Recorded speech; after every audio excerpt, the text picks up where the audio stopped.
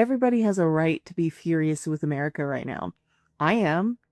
Democratic leadership has been mostly useless. Some women wore pink to the State of the Union address. Some held up little signs. One elderly guy, stood up and made some noise. He got dragged out, and then 10 of his Democratic colleagues voted to censure him. That's pathetic. We should be ashamed, and I am, I promise you. I saw a quote recently from Ta-Nehisi Coates, who, in response to the dismay that Democrats aren't doing more, said that if they hadn't drawn the line at genocide in Gaza, they probably weren't going to draw the line at the loss of American democracy. And that makes a lot of sense to me. Sometimes Canadians get a little spicy with us for saying we didn't vote for him, but on the other hand, our president did threaten to invade their country, so I can't get mad at it.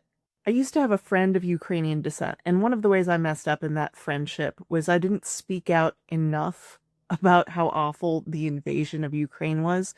But one of the things he admitted to me was that he struggled with hating Russian citizens, because if Putin was still in power, then Russian citizens weren't doing enough.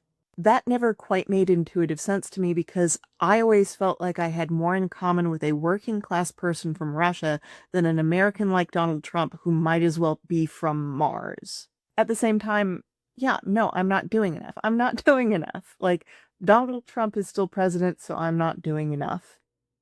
So I've been dealing with a bunch of facts that are simultaneously true while also being in conflict with one another, and they include that I am responsible for removing him, and also I didn't put him in office, and also people abroad are going to be rightfully mad at me because I'm not doing enough, and also the explicit goals of this administration include hurting people like me very, very badly.